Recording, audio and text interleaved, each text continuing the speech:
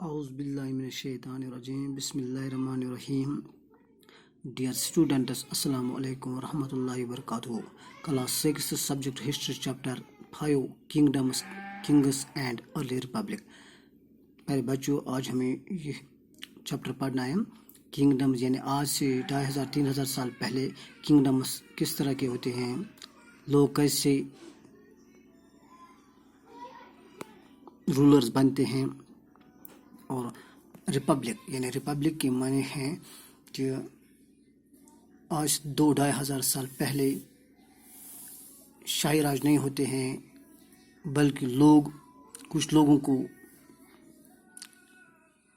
Rulers बनाते हैं और वही राज करते हैं।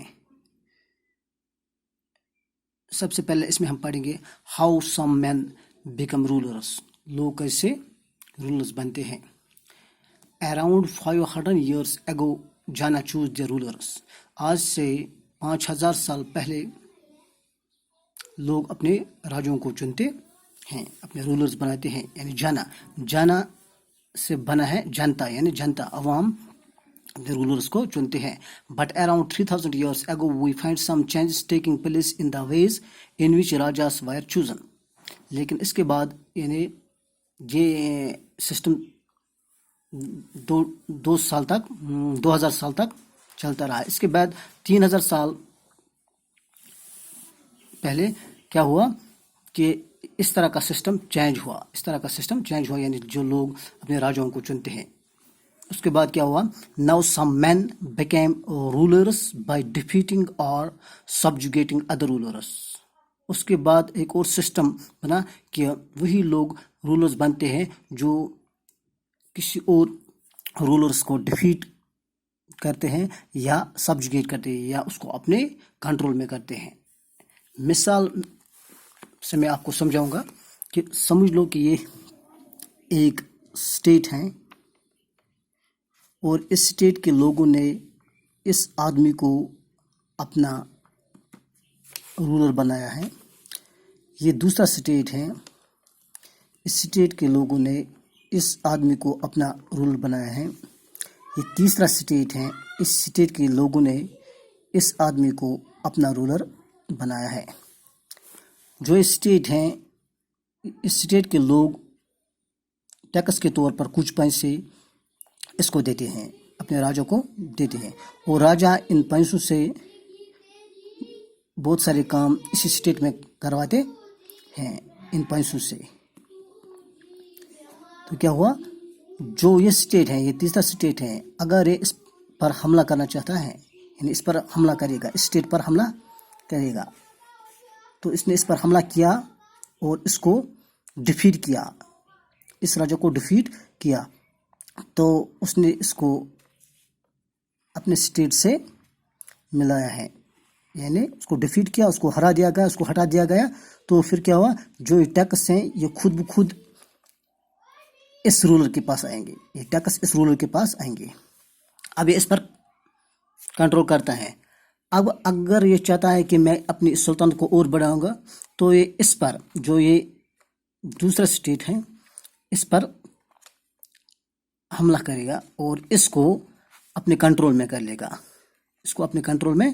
लेगा, तो फिर जो लोग इसको टैक्स देता है, ये टैक्स फिर क्योंकि इसने उसको कंट्रोल में किया, तो ये उस टैक्स को इस रूल को देगा। ये राजा ही रहेगा, क्योंकि ये उसको कहेंगे कि राजा आप ही बनो, यानी ये राजा ही रहेगा, लेकिन ये उसका महाराजा बनेगा। अब लोग इसको टैक्स देंगे और ये टैक्स सीधा इसको देंगे। अब ये इसका काम है कि ये किस में ये पैसे खर्च करेंगे। ये ज़रूरी नहीं कि ये इस पर खर्च करेंगे, इन स्टेटों पर खर्च करेंगे, बल्कि ये इसकी मर्जी है। ये सोने के बंगले बनवाएंगे, क्या करेंगे, ये उसकी मर्जी है। इस तरह उसने उसको सब्जुगेट किया है, इस तरह ये रूलर्स बनते हैं। इसके बाद क्या होता है, some man now became rajas by performing very big sacrifice. कुछ लोग सैक्रिफाइस करवा करके राजा बनते हैं, यानी बड़े बड़े सैक्रिफाइस करवाते हैं और वो राजा बनते हैं। इस तरह के एक एग्जाम्पल मैं आपको इस मिसाल से समझाऊंगा। एक इसी तरह का एक एग्जाम्पल है जिसका नाम है अश्वमेध। अश्वमेध क्या है? द अश्वमेध और horse sacrifice was one such ritual.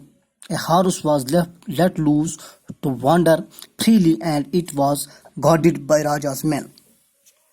देखो क्या कह रहे थे, ये एक स्टेट है इसी तरह, और इस स्टेट के लोगों ने इसको अपना राजा बनाया है। ये दूसरी स्टेट है, इस स्टेट के लोगों ने इसको अपना राजा बनाया है। और ये तीसरा स्टेट है, इस स्टेट के लोगों ने इसको अपना राजा बनाया है। अब ये स्टेट, जो स्टेट का राजा है, ये एक अश्वमेध करेगा। अश्वमेध का मानेगा अश्वमेध, अश्वमेध का मतलब है अश्व यानी हारुस, मेध का मतलब यानी सैक्रिफाइस, यानी घोड़े की सैक्रिफाइस। तो एक घोड़े को छोड़ेगा, एक घोड़े को छोड़ेगा, और इस घोड़े के साथ इसके लोग भी होते हैं, इस राजा के लोग भी होते हैं। घोड़े को छोड़ दिया जाएगा, यानी वांडर के मीनिंग है इधर उधर भटकते भटकते हैं। अब ये घोड़ा भटकता भटकता इस स्टेट में पहुंच जाएगा, इस स्टेट में पहुंच जाएगा। अब इस स्टेट का जो रूलर है, अगर इसके पास ऑप्शंस हैं, अगर इसने उस घोड़े को रोका, रोका, तो इसने चैलेंज कबूल किया, तो ये इसके साथ फाइट करेगा, उस राजा के साथ फाइट करेगा। अगर उसने उसको छोड़ दिया, यानी उसको रोका नहीं, लेट गो, छोड़ दिया, तो वो समझेगा कि इसने सरेंडर किया है। तो इसने सरेंडर किया, तो ये खुद ये स्टेट उसके पास चला जाएगा, यानी उसके कंट्रोल में आएगा ये स्टेट, क्योंकि उसने सरेंडर किया है, यानी उसने घोड़े को छोड़ दिया है, घोड़े के साथ कुछ नहीं किया है, घोड़े को छोड़ दिया है। तो ये खुद ब खुद इसके कंट्रोल में आएगा, यानी उसने हार मानी है, तो ये उसके मानेगा। तो जो इसके पास ये टैक्स है, ये खुद ब खुद इसके पास चला जाएगा। और अब अगर उसने उस घोड़े को नहीं रोका है, तो ये घोड़ा भटकते भटकते इस स्टेट में पहुंच जाएगा, इस स्टेट में पहुंच जाए। अगर इसने भी उसको नहीं रोका तो ये भी इसके कंट्रोल में आएंगे। अगर किसी ने घोड़े को रोका तो उसको फाइट करना है इस राजा के साथ, अगर नहीं रोका है तो ये खुद ब खुद इसके पास चला जाएगा। इस तरह ये अश्वमेध इसको कहते हैं, अश्वमेध। A horse was let loose to wander freely and it was guarded by Raja's men. If the horse wandered into the kingdom of other Rajas and they stopped it, अगर ये हॉर्स भटकते भटकते किसी राजा के किंगडम में चला जाएगा और उसने उसको रोका, दे हैड टू फाइट, तो वो फिर उस राजा के साथ फाइट करेगा। If they allow the horse to pass, अगर उसने घोड़े को जाने दिया, इट मेंट दैट, इसका मतलब ये होगा, they accepted that the raja who wanted to perform the sacrifice, तो ये वो एक्सेप्ट करेगा कि जिस राजा ने ये अश्वमेध किया है, सैक्रिफाइस किया है, वह स्ट्रांगर, वो हमसे ज्यादा पावरफुल है, यानी स्ट्रांग है, यानी वो हार मानेगा। These rajas were then invited to the sacrifice performed by priests of the man king. जो ये मैन किंग होता है जिसने अश्वमेध किया है, अब वो एक सैक्रिफाइस करेगा, और सैक्रिफाइस में वो इन तमाम राजाओं को, जिस राजा ने, जो राजा उसके कंट्रोल में आया है, जिसने उसको अपना राजा मान लिया है, वो आएंगे इसके सैक्रिफाइस में, और वो प्रीस्ट्स जो होते हैं, उसके जो पुजारी होते हैं, वो एक सैक्रिफाइस करेंगे।